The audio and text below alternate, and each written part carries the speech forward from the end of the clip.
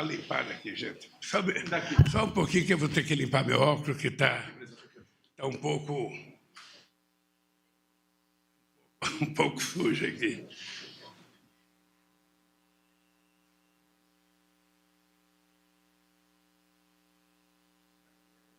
Precisa passar água. Bem, enquanto isso, eu vou falando sem óculos. Primeiro, eu queria dizer aos meus amigos do Brasil, a imprensa brasileira, a alegria desse momento histórico que estamos vivendo agora.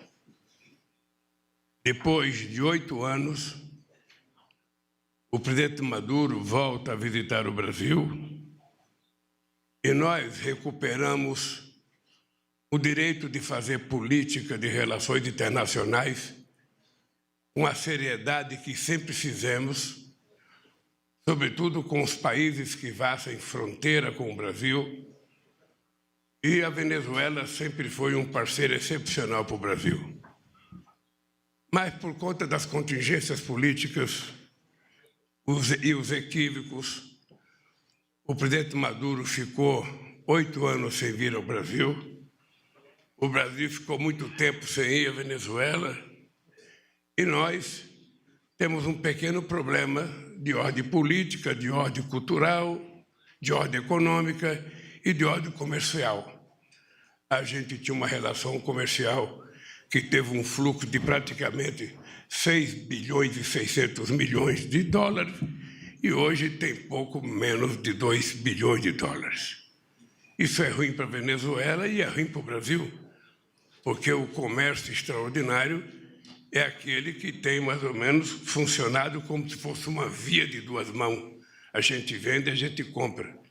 Eu, quando resolvi, Maduro, fazer a refinaria Abreu e Lima, em Pernambuco, com o companheiro Chaves, a minha ideia era que a gente, importando a gasolina da Venezuela, o petróleo da Venezuela, a gente iria equilibrar o comércio, que era muito superavitário para o Brasil e pouco para a Venezuela, e a gente achava que era preciso equiparar um pouco para poder os países se sentir satisfeitos e realizados com o seu comércio.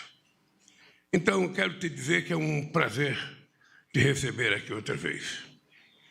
É difícil conceber que tenham passado tantos anos sem que mantivesse um diálogo com a autoridade de um país amazônico e vizinho do qual compartilhamos extensa fronteira de 2.200 quilômetros.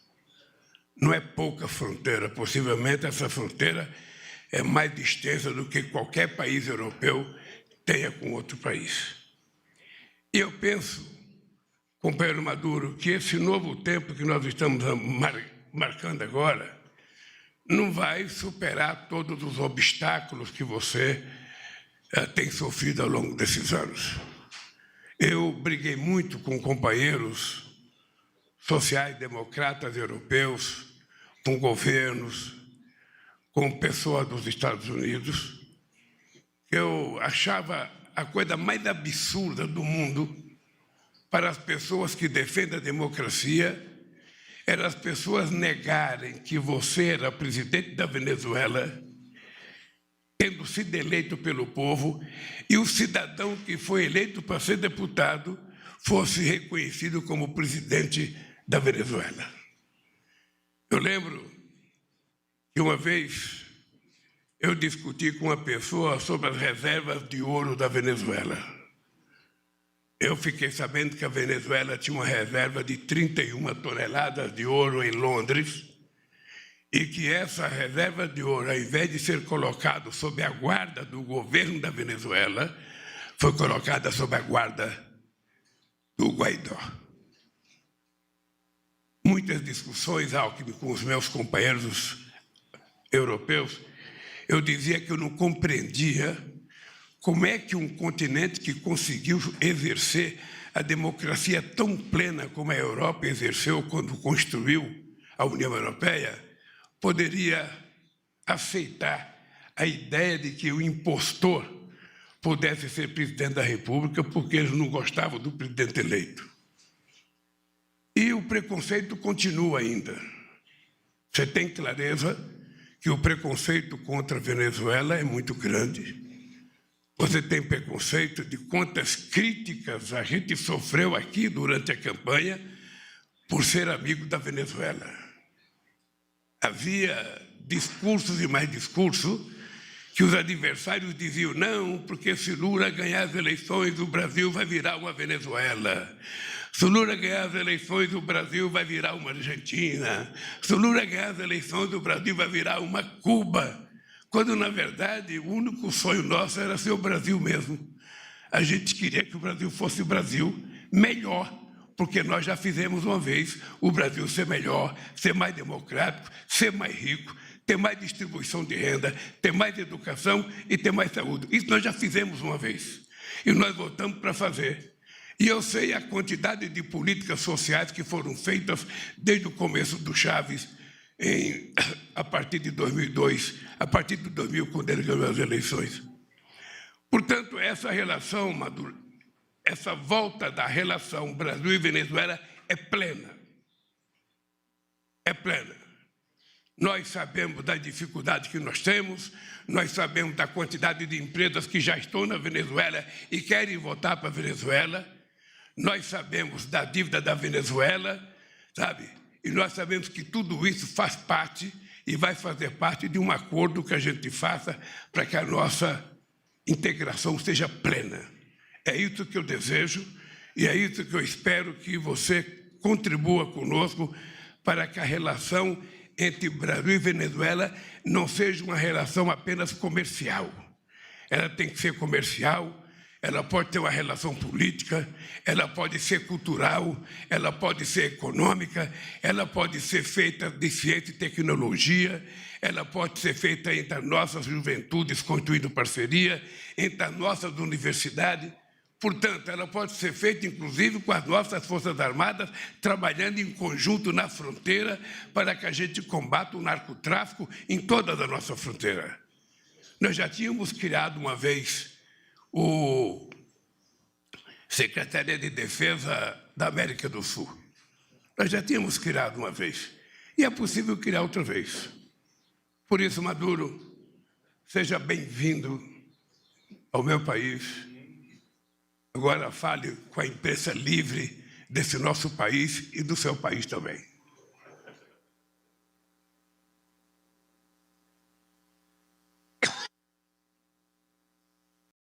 Bueno, querido presidente Lula, primera dama, ministros, ministras, compañeros de la delegación venezolana, vicepresidenta ejecutiva de Venezuela, primera dama de Venezuela, a primeira-dama da Venezuela, y a toda la prensa. Bueno, en primer lugar, quero agradecer todas las atenciones por toda fraternas y solidarias que nuestra delegación ha recibido de Brasil en la preparación de este encuentro bilateral. Hemos tenido una buena, provechosa y larga conversación con el presidente Lula, con todo su equipo. Hemos pasado revista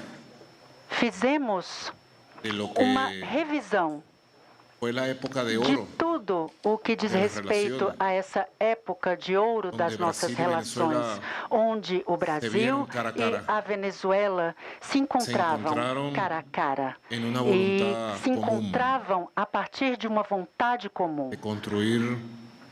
vontade de construir uma América do Sul em paz, com prosperidade, com igualdade. E como todo isso se viu truncado de um dia para outro. Isso foi estancada de um dia para o outro. Eu chamo Lula porque a ideologização extrema Lula, das relações essa internacionais. Ideologização extrema das relações internacionais. É fenômeno de aplicação de fórmulas extremistas que consiste na aplicação de fórmulas extremistas que vão para a direita e buscam qualificar as relações, dividindo-as, subdividindo-as e atropelando-as. E a Venezuela teve a aplicação desse modelo ideológico extremista e ainda está sendo aplicado. E de repente Desde Brasil cerraron todas las puertas y todas las ventanas. Todas as portas, todas as janelas com o Brasil fossem fechadas, todas elas. Siendo países vecinos. Ainda que fôssemos e sejamos países vizinhos. Siendo países que nos queremos como pueblo. Países que se amam como povos. Increíble. Foi incrível. Todo. Tudo. Se pretendió invadir, asaltar la embajada de Venezuela aquí. Pretenderam invadir, entrar na embaixada da Venezuela. Infelizmente, houve grupos solidários que tiveram sua intervenção, dizendo que esse espaço da embaixada é sagrado. As portas foram fechadas em termos de relações financeiras, econômicas, comerciais, culturais, políticas e diplomáticas. E se tentou junto a outros governos que também trabalham com essa fórmula extremista, tentaram impor um governo à República da Venezuela. Mas isso é passado.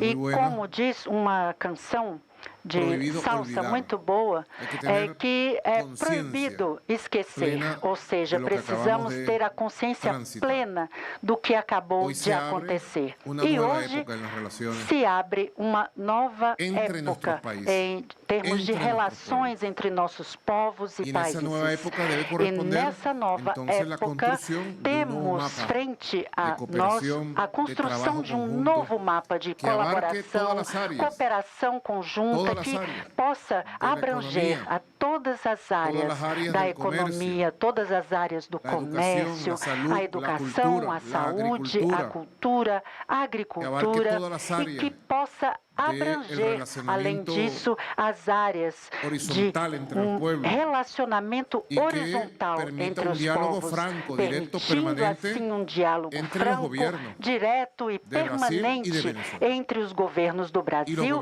e da Venezuela, bem como entre todos os governos da América do Sul. E para isso, nós estamos preparados. Nossos povos passaram momentos muito difíceis. Eu comentei com o presidente Lula em nossa reunião privada e também estendida, lançaram na Venezuela como mísseis, ou seja, 900 medidas de sanções econômicas. Sancionaram tudo que era possível sancionar, assim como que não era possível.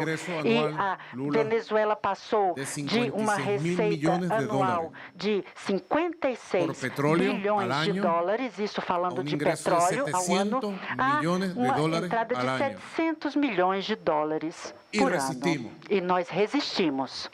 Resistimos, como decimos, com coragem, de pé e sempre com um sorriso no rosto, pois nunca perdemos a esperança em termos de uma melhor sociedade e um mundo melhor. E a resistência nos levou uma economia de guerra, ao caminho do estabelecimento de um modelo econômico de recuperação de guerra.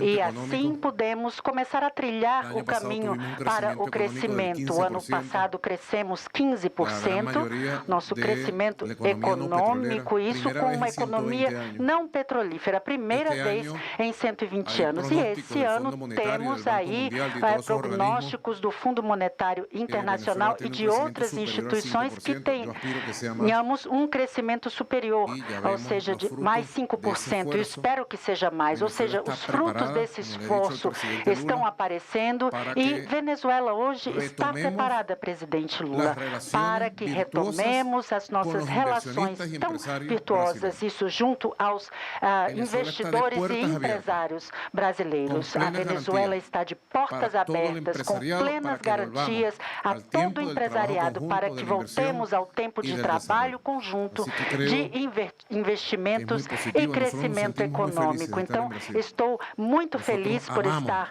no Brasil, vejo com olhos muito positivos, amamos a história do povo brasileiro, a força, a alegria espiritual do povo brasileiro. E esperamos que nunca mais ninguém feche as portas entre o Brasil e a Venezuela e que sempre juntos possamos enfrentar os desafios e caminhos desse desenvolvimento compartilhado. Brasil e Venezuela precisam estar unidos de aqui por diante e para sempre. Obrigado, presidente Lula.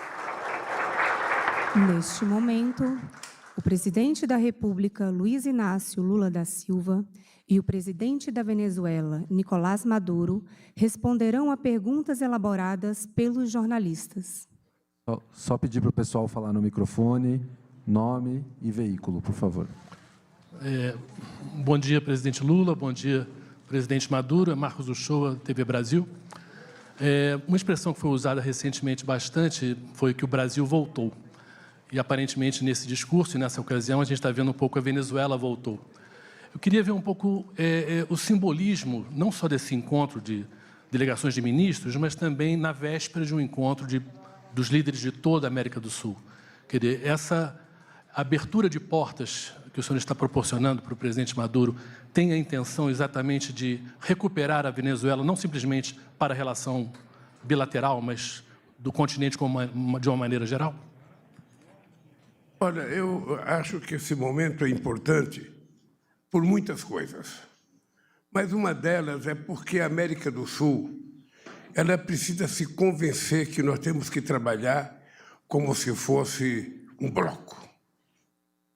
Não dá para ninguém imaginar que sozinho um país da América do Sul vai resolver os seus graves problemas que já perdura mais de 500 anos.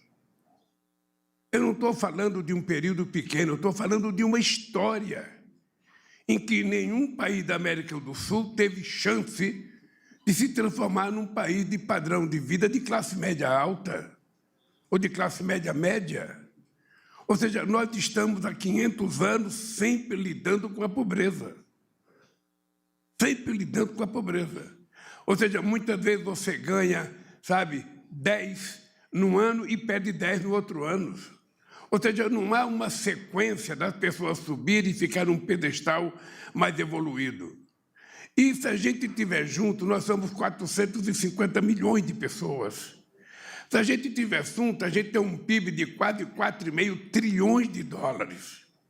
A gente tem força no processo de negociação.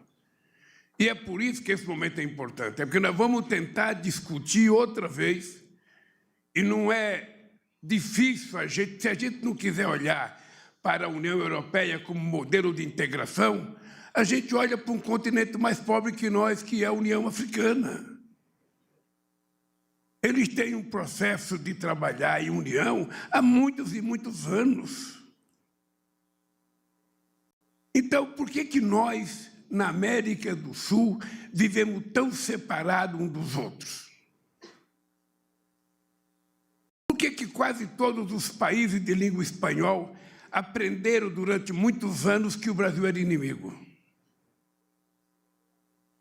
Eu não esqueço nunca quando o Chaves me dizia que quando ele dava aula na Academia Militar em La Paz, a orientação dele era de que o Brasil era o inimigo e que a Venezuela tinha que ter cuidado com o Brasil. Essa é a orientação militar. E aí vale para vários outros países. E nós também não deixávamos barato, nós também ficávamos de costa. A elite brasileira adorava levantar de manhã e olhar para a Europa sem ver o continente africano. A gente adorava olhar para os Estados Unidos sem ver o México, sem ver o Caribe. Sempre sonhando que era de lá que vinha, a fortuna para que nós nos transformasse num país independente economicamente. Isso não vai acontecer nunca. Não aconteceu no século passado, não aconteceu no outro século, não aconteceu nesse século. Vai acontecer o dia que nós, aqui na América do Sul, tivemos coragem de resolver que nós cuidamos do nosso destino. Cada país será aquilo que ele quiser ser, se o dirigente tiver coragem. O Brasil será aquilo que a gente tiver coragem de fazer. Se a gente tiver coragem de fortalecer as instituições democráticas, se a gente tiver coragem de romper, com a mesma política de sempre o rico fica mais rico, o pobre fica mais pobre. Então, essa vinda do Maduro aqui, ela representa um pouco essa retomada Obviamente que nós vamos conversar com 12 presidentes amanhã. Nós queremos ouvir cada um. Cada um vai votar para o seu país com as ideias que foram discutidas. Depois nós vamos ver outro encontro para saber no que a gente avançou. A única coisa que eu tenho clareza é que, pela experiência minha de 8 anos de mandato, de 2002 a 2010, e agora nesse começo de governo, e ver o que aconteceu no mundo depois que eu deixei a presidência, o que aconteceu foi retrocesso no mundo inteiro. Retrocesso político, retrocesso econômico, uma pandemia. Ou seja, então, nós vamos ter que discutir entre nós se a gente quer continuar sendo o que nós somos, do tamanho que nós somos, com os problemas que nós somos, ou nós vamos querer discutir se a gente formar um bloco, a gente pode negociar com mais potência, com mais, quem sabe, força e com muito mais possibilidade de ganhar. Eu vou dar um exemplo. Nós temos um problema no acordo com a União Europeia que eu quero fazer. Se tem uma pessoa que quer fechar o acordo com a União Europeia, sou eu. Agora, é o seguinte, Alckmin, nós fizemos uma reunião na indústria, na Federação da Fiesp, sexta-feira à noite. E aqueles empresários sabem que tem uma coisa que o Brasil não pode entregar, que é as compras governamentais. Se a gente entregar as compras governamentais, o que vai sobrar para a pequena e média brasileira? O que vai sobrar para uma economia pujante de pequenas e médias empresas, pequenos e médios investidores? Nada. Então, eu acho que nós temos que pensar como a América do Sul vai voltar a crescer do ponto de vista científico, tecnológico, do ponto de vista empresarial. A gente adora exportar commodities, mas nós gostamos também de exportar produtos manufaturados, que são produtos de fábrica, que geram mais emprego, salário de melhor qualidade e formam mais profissionais. É isso que é importante, essa vinda do Maduro aqui. É o começo da volta do Maduro, o meu já foi há 5 meses atrás, e vai ser a volta da integração da América do Sul, o encontro de amanhã.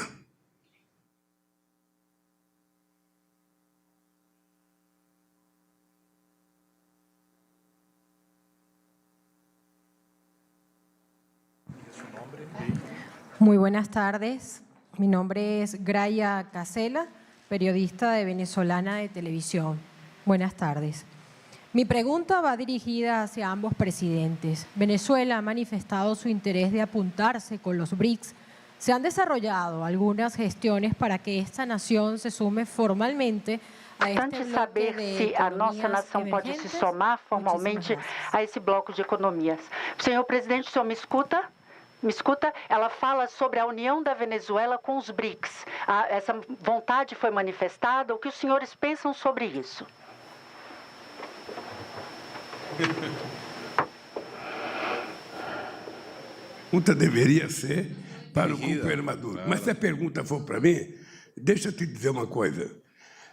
É a primeira reunião oficial dos BRICS que eu vou participar depois de 8 anos. E tem várias propostas de outros países que querem entrar nos BRICS. Nós vamos discutir, porque não depende da vontade do Brasil, depende da vontade de todos. A gente vai discutir. Se houver um pedido oficial, esse pedido será oficialmente levado para os BRICS. E lá nós decidiremos. Se você perguntar a minha vontade, eu sou favorável.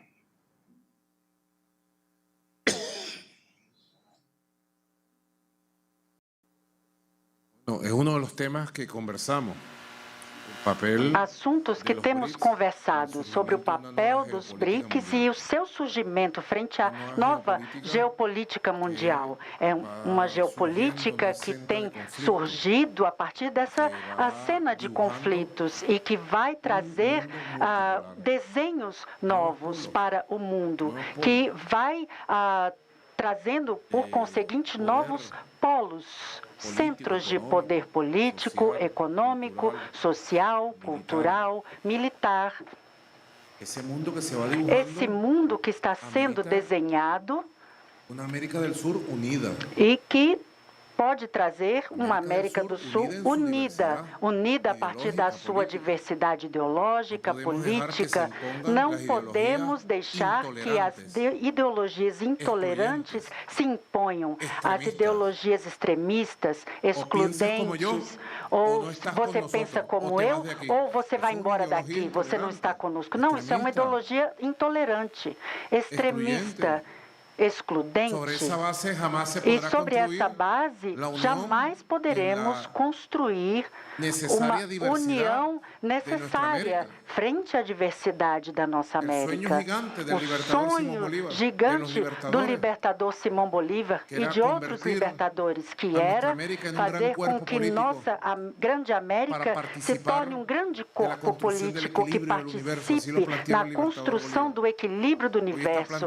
Isso foi colocado por Simão Bolívar. E hoje também precisamos estar todos unidos. Isso é colocado hoje em dia como premissa.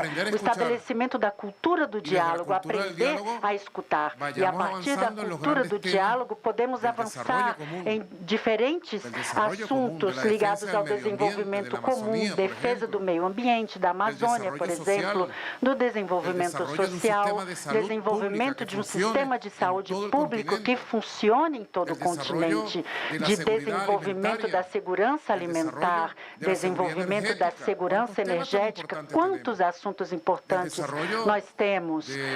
O desenvolvimento de uma independência financeira, monetária, que a nossa América tanto precisa. Vemos que o poder econômico e monetário tem sido herdado de outras nações. E, a partir disso, essas pessoas que os transmitem para nós acabam nos condenando ao ostracismo, à fragilidade econômica, financeira, monetária. E isso durante séculos e séculos. Estamos ali relegados como povos do Sul. E, por isso, precisamos construir essa nova geopolítica que possui componentes fundamentais. Um deles é a união da América do Sul, da nossa América, a partir das diversidades. E, junto aos BRICS, nós vemos no âmbito geopolítico um elemento que nos pode fazer avançar, a união de 5 países muito poderosos. O Brasil, a China, a Índia, a África do Sul e a Rússia.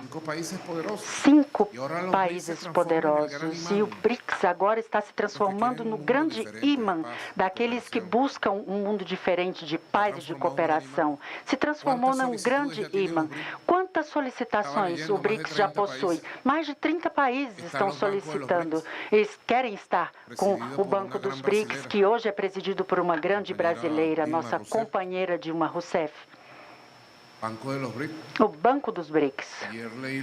Ontem eu li a notícia de que a nossa grande amiga e poderosa Arábia Saudita está a passos de unir-se ao Banco dos BRICS. Imaginem vocês o que isso representa. E se perguntarem à Venezuela, vocês aspiram algum dia estar junto aos BRICS? Sim, queremos fazer parte dos BRICS de forma modesta, mas sim fazer parte dos BRICS e acompanhar a construção dessa nova arquitetura, dessa nova geopolítica mundial, desse novo mundo que está à nossa frente. Boa tarde, presidentes. Eduardo Gayer, da Agência Estado, do Broadcast. Queria aproveitar e perguntar para os senhores se os governos negociam retomar a compra de energia da Venezuela, o Brasil retomar a compra de energia da Venezuela, eventualmente usando energia para o abastecimento de Roraima e abater aí a dívida da Venezuela com o Brasil. E aproveitando se as críticas feitas ao presidente Nicolás Maduro por outros países da América do Sul podem dificultar essa integração plena do continente. Obrigado. Olha, eu vou responder rápido para o Maduro poder falar mais. Nós queremos recuperar a nossa relação energética com a Venezuela. Aquele leão de Guri tem que ser colocado em funcionamento, porque não se justifica Roraima ser o único estado fora, sabe, da energia, da matriz energética brasileira, funcionando na base, sabe, da termoelétrica.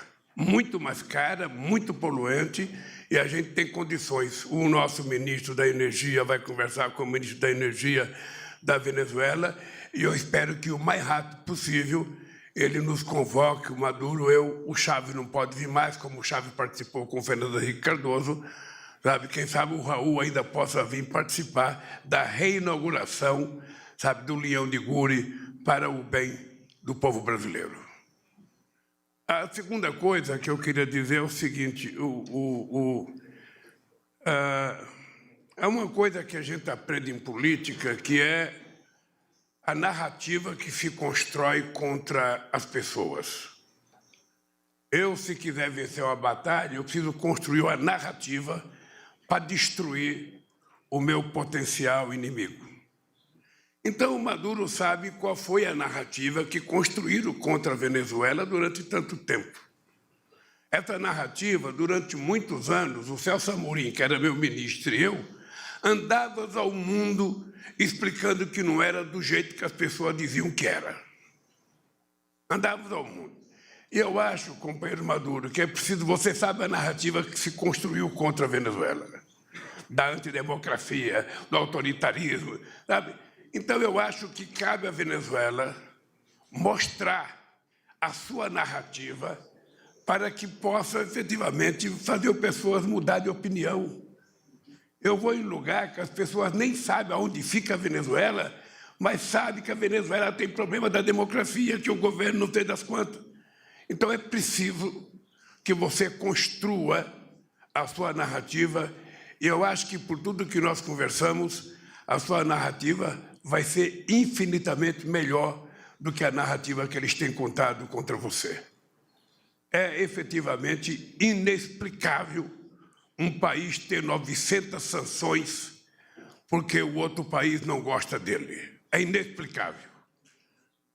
Então, eu acho que está nas suas mãos, companheiro, construir a sua narrativa e virar esse jogo para que a gente possa vencer definitivamente e a Venezuela voltar a ser um país soberano, onde somente o seu povo, através de votação livre, sabe, diga quem é que vai governar aquele país. É só isso que precisa ser feito. E aí os nossos adversários vão ter que pedir desculpa pelo estrago que eles fizeram na Venezuela. É isso.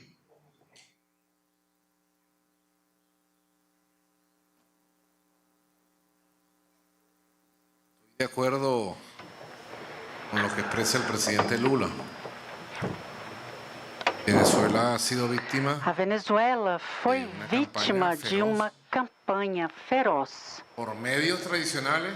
Isso pelas mídias tradicionais e também pelas mídias sociais, pelas redes. Vemos que essa campanha é acompanhada de ameaças, agressões políticas, ameaças de diversos tipos. E ninguém pode esquecer que elas foram se encadeando uma após outras. Vimos aí tentativas de assassinato em agosto de 2018. Vimos também a imposição de autoridades paralelas no país, a instauração de quase uma guerra civil, além de ameaças de invasão militar que foram feitas diretamente do Pentágono, da Casa Branca, e tentativas de invasão que conseguimos neutralizar isso por grupos mercenários que foram preparados na Colômbia, isso em 2020, ou seja, várias agressões comerciais, políticas, diplomáticas, acompanhadas de uma agressão midiática que impôs essa narrativa ao mundo, ou seja, que a Venezuela é um Estado falido, um Estado não democrático, e quantas outras coisas. E isso foi acompanhado de uma invisibilização. Invisibilização.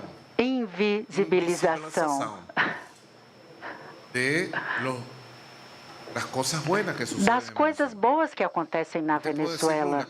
Eu posso lhe assegurar, Lula, que toda essa tortura, toda essa agressão vivenciada pelo país Venezuela é outra, e eu posso lhe dizer que importantíssimos setores da sociedade venezuelana, inclusive a classe média, empresariado, trabalhadores, hoje têm uma consciência muito diferente da que tinham há 6 anos, 10 anos, 15 anos, sobre esse sentido de pertencimento como venezuelanos, pertencimento como país. E o país inteiro segurou firme, aguentou as dificuldades para assim sair adiante, trabalhando. E pouco se sabe no mundo que durante esses 24 anos de revolução na Venezuela tivemos 29 eleições, Lula. E nós, com nossas forças políticas, modestamente, ganhamos 27, perdemos 2. E em 2007 foi perdido um referendo. Em 2015 perdemos a eleição da Assembleia Nacional, que foi quando começou toda a tragédia de sabotagem interna. Bem, na Venezuela, quem ganha, ganha, e quem perde, perde. E recentemente, em 2020, houve uma eleição na Assembleia Nacional. Perfeito. E em 2021, isso pouco foi mencionado no mundo, houve a eleição dos governadores. E dos 23 governos nacionais, nós levamos 19. E a oposição tem 4 governadores. Ou seja, 4 bons governadores, líderes da oposição. Assim, vemos que a Venezuela está preparada para os desafios futuros, políticos, eleitorais.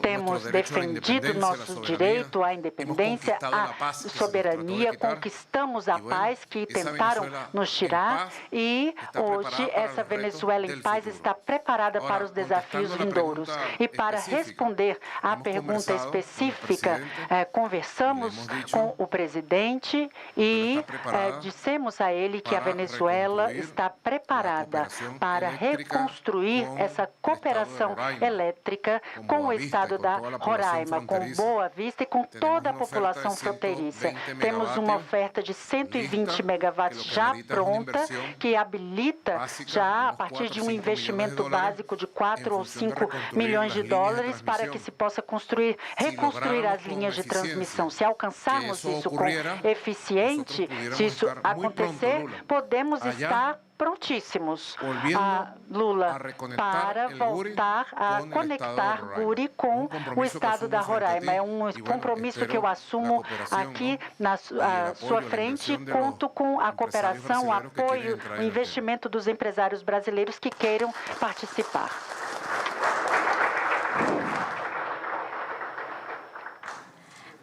Buenas tardes. Bianca Borrero, de Prensa de Venezuela. Bianca Borrero, da imprensa da Venezuela. A minha pergunta vai para os dois países. Eu gostaria de saber se, no marco dessa reunião bilateral, os senhores abordaram temas relativos à transação econômica em moedas alternativas ao dólar. Além disso, eu gostaria de perguntar se há algum avanço ou proposta no que diz respeito ao desenvolvimento de políticas conjuntas no âmbito da defesa. E, finalmente, eu tenho uma terceira pergunta, se os senhores me permitem, que tem a ver com a imposição de medidas coercitivas unilaterais à Venezuela e outros países da América do Sul. Eu gostaria de saber se os senhores abordaram em sua reunião propostas para que a região, isso a partir da reunião que teremos amanhã, terça-feira, os senhores pensam no estabelecimento de políticas de apoio à região, no que diz respeito ao desenvolvimento dos países da América do Sul. Muito obrigada.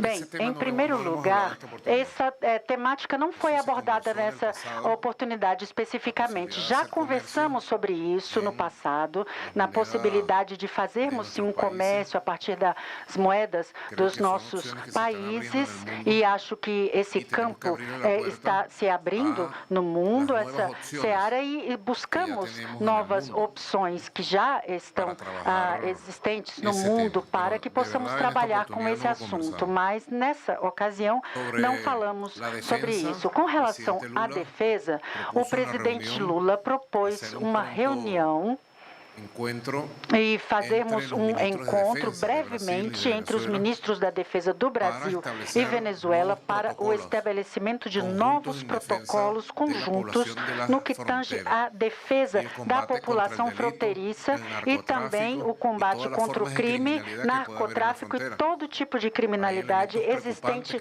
nas fronteiras. Há elementos que foram trazidos pelo presidente Lula e seus ministros nessa extensa fronteira de mais de 2.000 quilômetros, então precisamos retomar algo que jamais devia ter acabado, ou seja, a cooperação em segurança e defesa. Isso é uma loucura.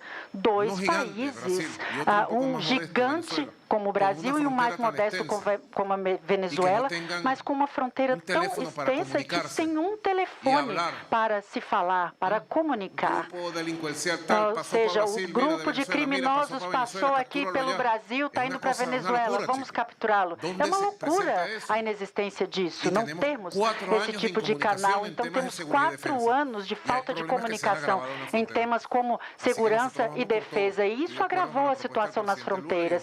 E assim, estamos fazendo propostas e espero que logo, prontamente, o nosso ministro Lopes vai se reunir com o ministro da Defesa do Brasil para estabelecer novos protocolos de defesa eficazes em tempo real. E com a relação à reunião de amanhã, nós, em todas essas reuniões, em todos esses fóruns, buscamos trazer à luz a verdade, a realidade dos nossos países. Estamos prontos para dialogar em todos os fóruns multilaterais. Nós temos levado a proposta de que, como região,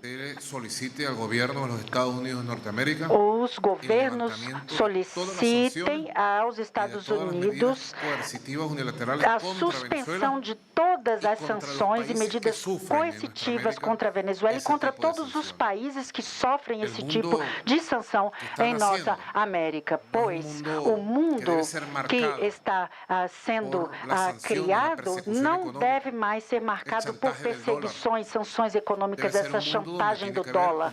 Precisamos ter um mundo que, como o presidente Lula trouxe, fale de liberdade. Não se fala mais de liberdade, não se prega mais a liberdade. Onde está a liberdade financeira quando um país é sancionado e proibido de ter contas bancárias no mundo? Aonde está a liberdade monetária quando está proibido o uso de uma moeda? Aonde está a liberdade comercial quando os agentes comerciais são perseguidos com os barcos que levam os produtos ao mundo e quando essas sanções e perseguições acontecem a países como a Venezuela para que não chegue aos outros países. Então, nós estamos levando adiante essa reflexão, essa verdade, essa proposta, esperando que a reunião de amanhã com os países da América do Sul seja muito proveitosa e nos permita, assim, avançar para níveis maiores de integração e um diálogo político entre os países da América do Sul. Olha, eu não vou dizer que nunca pensei e nunca sonhei em que a gente estabeleça comércio nas nossas próprias moedas. Faz muito tempo, inclusive no meu primeiro mandato, a gente estabeleceu um acordo com a Argentina em que pequenos e médios empresários poderiam fazer suas transações comerciais com o dinheiro argentino e com o dinheiro brasileiro. Isso já existe já há algum tempo. Eu sonho em que a gente tenha uma moeda, sabe, entre os nossos países para que a gente possa fazer negócio sem precisar ficar dependendo do dólar. Até porque o dólar, só um país tem a máquina de rodar dólar e esse país faz o que quiser, sabe, com dólar. E não é possível que a gente não tenha, sabe, mais liberdade para fazer negociação. Eu sonho que os BRICS possam ter uma moeda, como a União Europeia construiu o euro. Então, eu penso que nós temos que avançar. Aliás, é importante lembrar que o Haddad escreveu um artigo, sabe, que foi publicado na Folha de São Paulo, não me falha a memória, sobre a possibilidade de uma moeda para negócios aqui na América do Sul. Sabe, esse é até um assunto que a gente pode discutir, se vocês der uma chegadinha lá amanhã, você pode dar um pitaco nessa sua proposta. Então, a verdade é o seguinte, eu sonho em que a gente possa ter outras moedas para a gente fazer negociação e não ficar dependente só do dólar. Sabe, eu não posso dizer, porque eu não sou ministro da Fazenda, eu não sei qual é as coisas, mas, por exemplo, o Maduro não tem dólar para pagar as suas exportações. Quem sabe ele começa a pagar yuan, quem sabe a gente possa, sabe, receber outra moeda de outro país para que a gente possa trocar. É culpa dele? Não, é culpa dos Estados Unidos, que fez um bloqueio extremamente exagerado. Eu sempre acho que o bloqueio é pior do que uma guerra. Porque a guerra, normalmente, morre soldado que está em batalha. Mas o bloqueio mata criança, mata mulheres, mata pessoas que não têm nada a ver com a disputa ideológica que está em jogo. Então, eu sonho com a moeda diferente do dólar para que a gente possa negociar, sabe, com os nossos países fornecedores de produtos e os países que compram de nós. Segundo, nós já tivemos aqui uma experiência muito bem sucedida, que foi o Conselho de Defesa da América do Sul. Isso foi construído, votado por unanimidade entre todos os países da Unasul, e é uma coisa que eu acho que a gente tem que retomar. A gente tem que retomar porque para combater o crime organizado, o narcotráfico e para nos preparar para a nossa própria defesa fronteiriça, nós temos fronteiras muito longas com vários países. Então é preciso que a gente tenha as nossas Forças Armadas sempre coesas, sempre trabalhando junto e sempre se preparando para garantir a soberania de cada um dos nossos países. E a terceira é que eu acho que esta reunião de amanhã é um reencontro de muita gente que já esteve junto, se bem que a maioria dos presidentes que vão se encontrar comigo amanhã nunca participaram de nenhuma reunião. Aqui só eu e o Maduro, como ministro das Relações Exteriores, participou dessa reunião da Unasul. Então, nós vamos ter que tentar mostrar para os companheiros presidentes o que foi. Eles necessariamente não têm que seguir a mesma coisa, eles podem propor outra coisa. Necessariamente não tem que funcionar como funcionava, pode funcionar diferente. A ideia central é a ideia de que nós precisamos formar um bloco para trabalharmos juntos, na questão econômica, na questão de investimento, na questão do meio ambiente.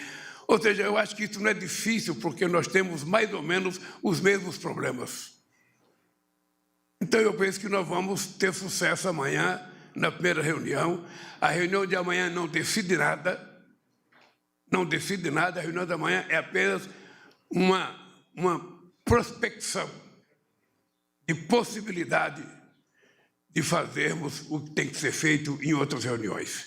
Eu lembro que a Unasul, embora a Unasul tenha sido registrada formalmente em 2008, nós começamos a discutir a integração de verdade em Cusco, sabe, numa reunião em que teve uma disputa entre Chaves e Toledo, sabe, que Toledo se levantou e foi embora, eu saí correndo atrás do Toledo para trazer ele de volta à reunião.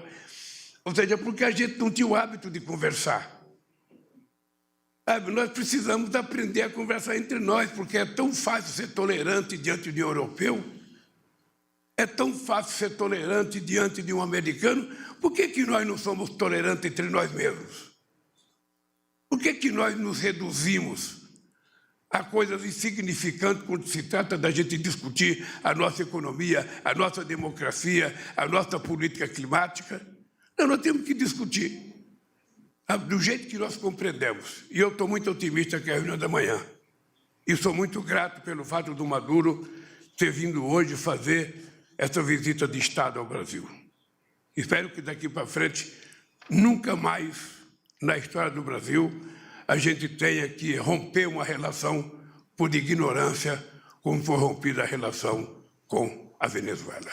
Obrigado. Está encerrada esta cerimônia.